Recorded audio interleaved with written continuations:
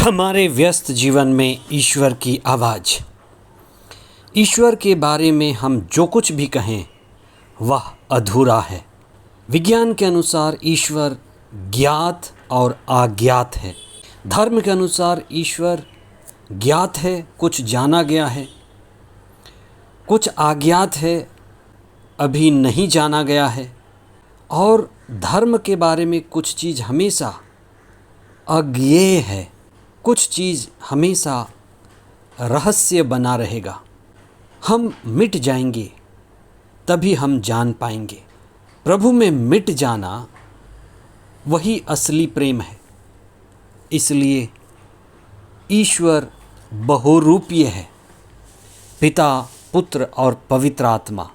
9वां सामान्य रविवार पवित्र त्रित्व का पर्व 4 जून 2023। पहला पाठ निर्गमन ग्रंथ अध्याय 34 पद संख्याएं 4 से 6 तथा 8 और 9।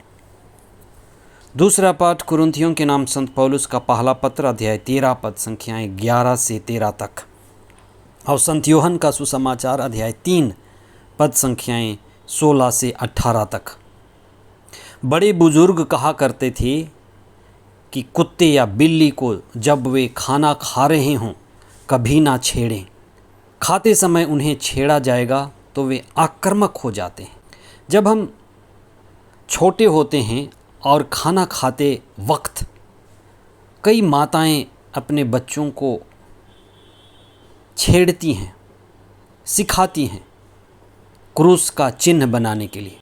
बचपन में मेरे साथ ऐसा हुआ कि खाना खाने से पहले क्रूस का चिन्ह बनाना भूल जाता था और माँ खाना हटाने लगती थी और कहती थी, पशु बिना प्रार्थना के खाते हैं, भूखा जब मरता तो क्या नहीं करता।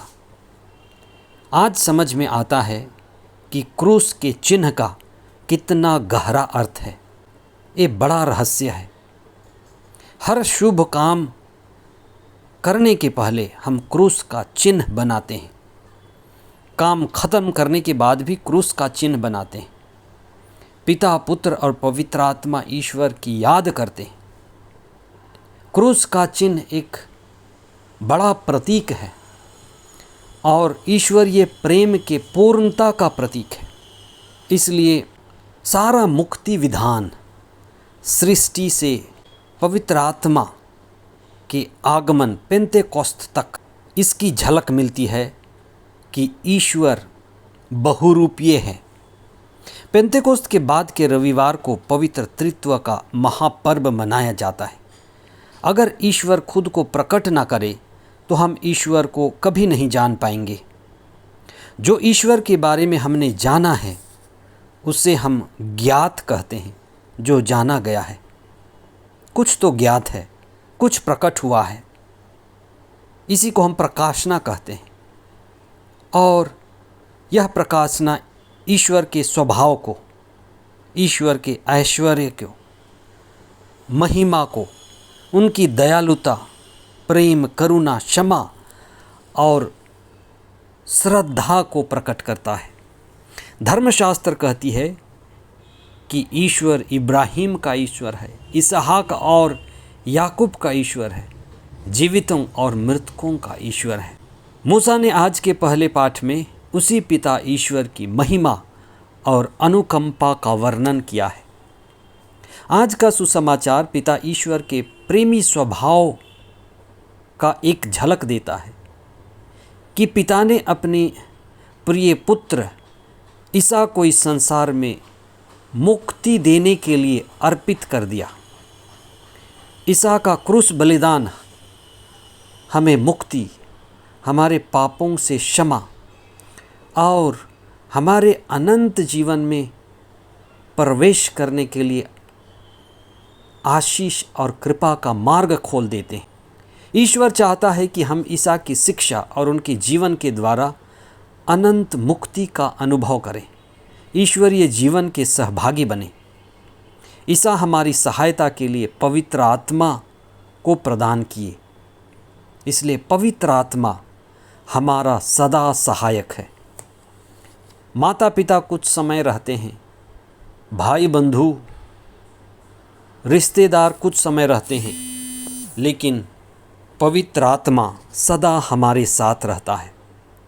दूसरे पाठ में संत पौलुस कुरिन्थियों के पत्र में कहते हैं कि ईश्वर के अनन्य प्रेम के बारे में हम यीशु मसीह और पवित्र आत्मा के द्वारा जान पाए। अगर ईसा प्रकट नहीं होते, पवित्र आत्मा हम पर नहीं आता, तो हम ईश्वर के प्रेम को अनुभव नहीं कर पाते। पिता, पुत्र और पवित्र आत्मा ये तीनों ही अलग अलग व्यक्ति हैं, तीनों की अलग अलग पहचान है।